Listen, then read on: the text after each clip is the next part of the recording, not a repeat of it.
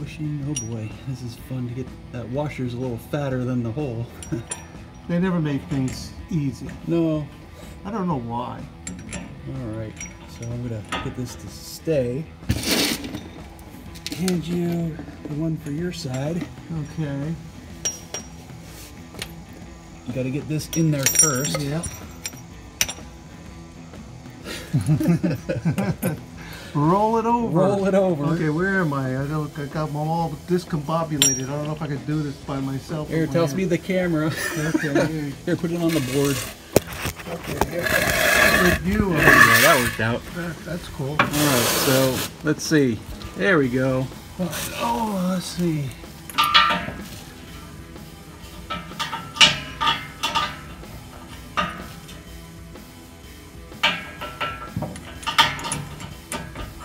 Go.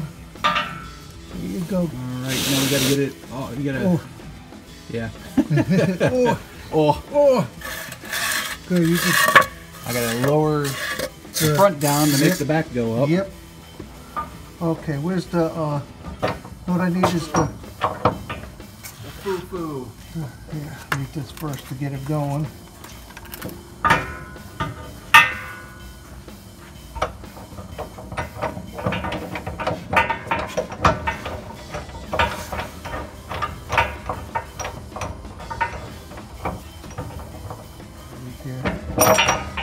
Can't see. Can't see. So I need a smaller socket, not a deep one. Let's see if I can get this side. I think I got it almost lined up.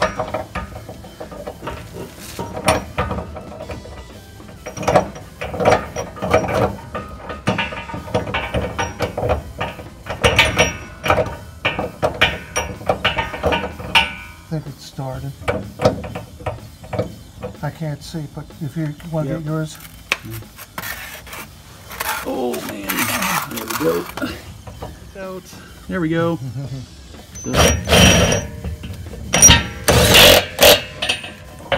Probably don't need to make it super tight. Make it super tight. This is in there.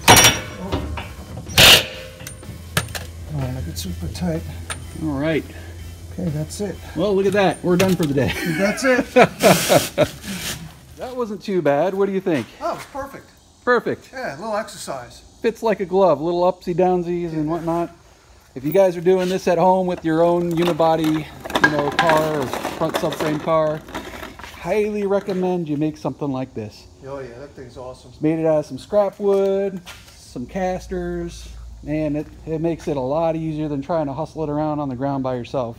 Plus you could drop out a whole frame, right, with the engine and transmission right on top of that too. Yeah, when you're parting out cars, back to what we used to do here, it was easier to just pop this under the car, then drop the whole thing out, engine, tranny, and all right onto the cart, slide it right out. Yep. So this is a massive improvement. This Heidts front end, once we get it all put back together, it's going to handle like a dream. As compared to a stock front suspension, which we have an example of sitting in here in the back.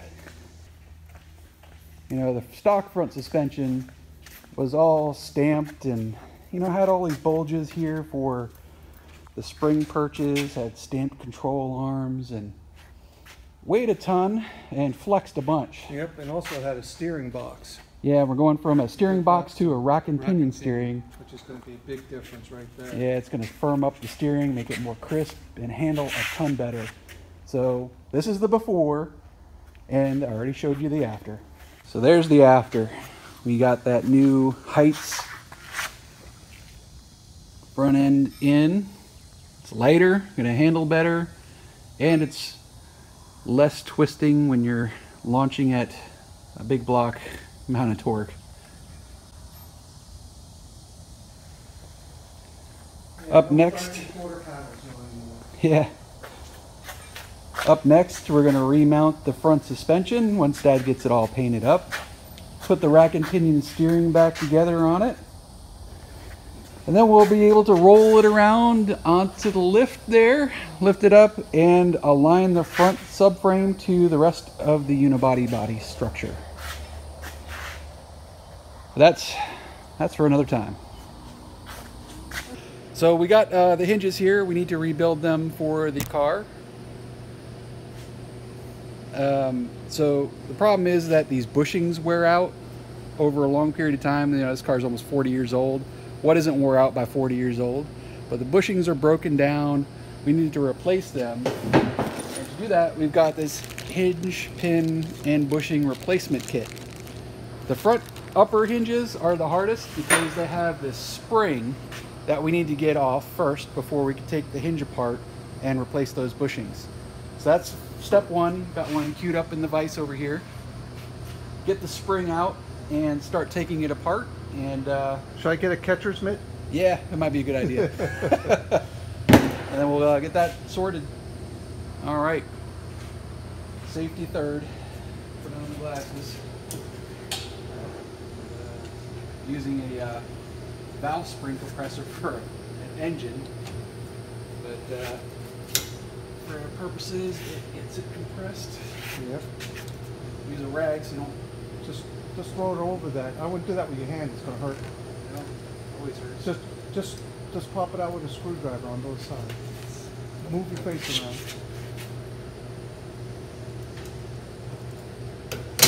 There it is. There you go. So there it is. It's one spring out. This is for the detent on the front, so it gives you that stepped feeling when you open the door. Now we're going to get these wore out hinges fixed up. Fix these hinges up while we're, you know, in between a couple of other projects. We've got all these little projects that kind of build up. This happens to be one of them. The reason why we have to take these hinges apart and repair them is because over time these bushings wear out on the inside and the hinge gets real sloppy and the door doesn't want to travel in a straight line. It wants to kind of sag and do all kinds of weird stuff when you open and close it. So in order to get these apart, the first step is to get the spring out of the hinge. That's why I'm wearing the safety goggles here, just in case it goes awry. You don't want to get hit with this because it has a lot of stored energy. So we're going to be as careful as we can to get this spring out. I already have one chucked up in the vise over here.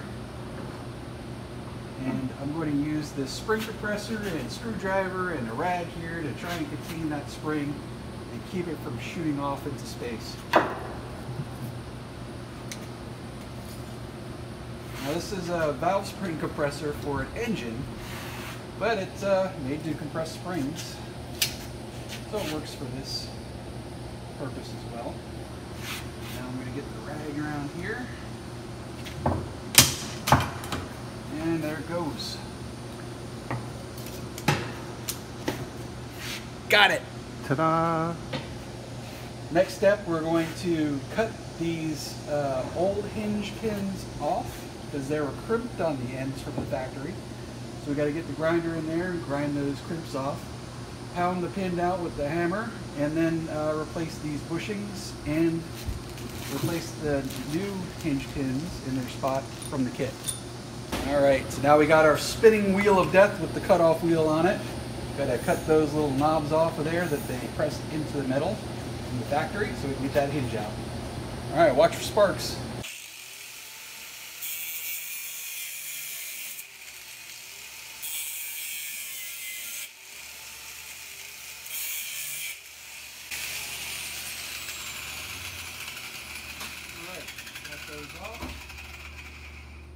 Got our big fancy hammer.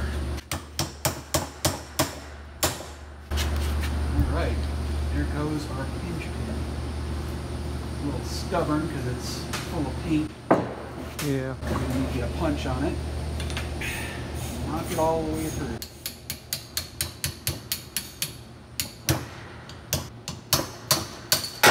Hey, look at that. It fell right off the vise. Don't you hate when it's not long enough? Yeah, it's got like this lip, but it's cranked down on a little more.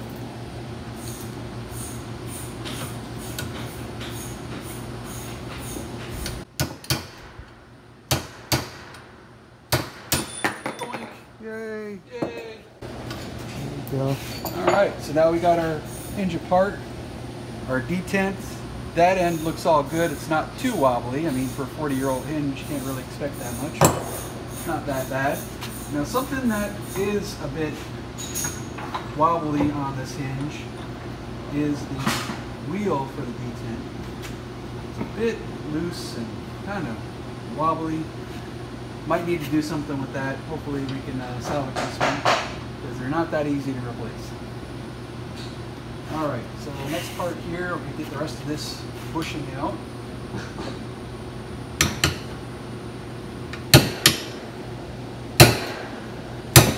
Oh boy, come on. Boink! I almost caught it. Almost caught it. And we get our kit. Dump out our parts here. Hopefully don't throw them all over the floor. And we got our new bushings and our new pins. And it's kind of the reverse procedure all over again, getting it back together. Make sure our bushings fit. They're a little snug. So I got the drill bit. We're going to drill these holes out to accept the new bushings.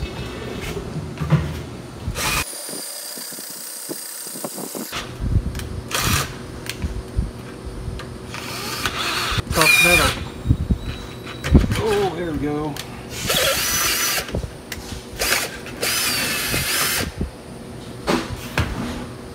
All right.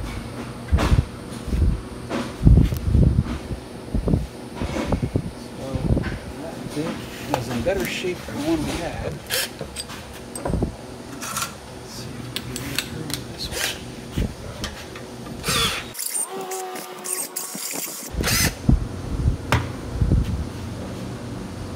Alright, now we got the new bushings put in and then put it all back together. But first, Dad wanted to do some cleaning on these parts because they eventually need to be painted. So we'll take these out and you can get on the cleaning part of this. I'm going to clean up the hinges a little bit and get it ready for painting. Alright.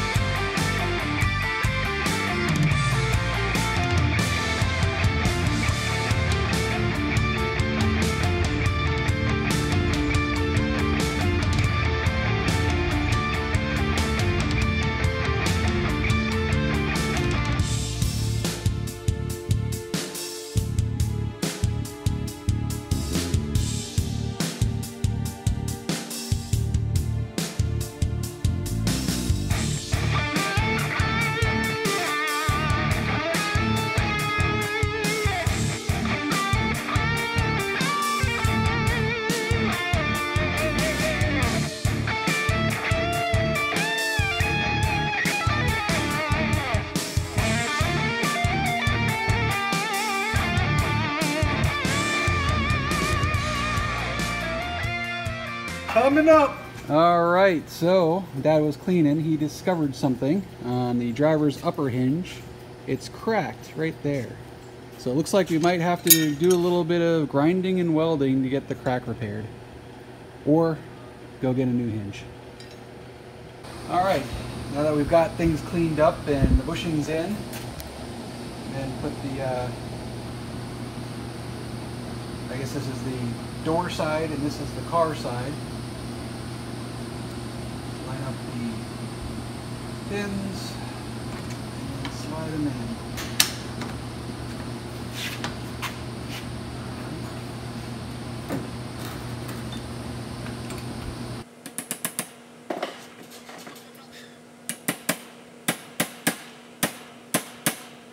all the way down and seated.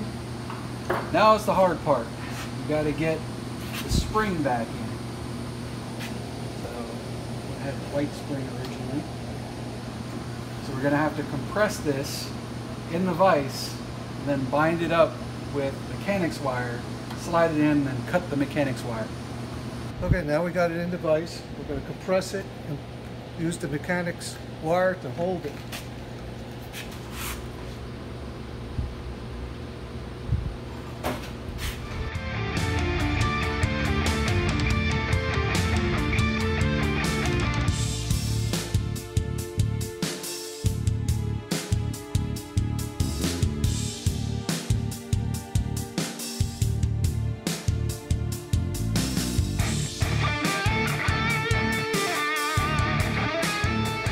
Stronger than the ones on the Camaro.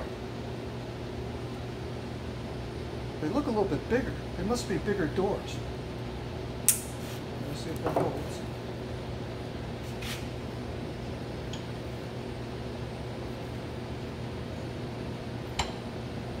Today we're going to be going over the front end suspension of our frame, and we're going to be cleaning it up since it's all rusted and rotted, putting new bushings in.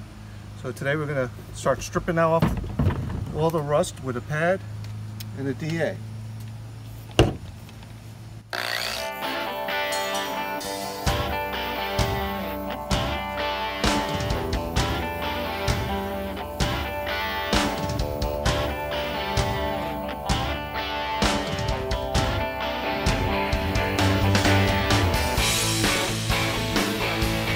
So you're gonna paint? Yeah, I'm gonna put some black on it first, and then after that I get this metallic silver and paint that last on it. The black helps as to darken the silver up just a touch.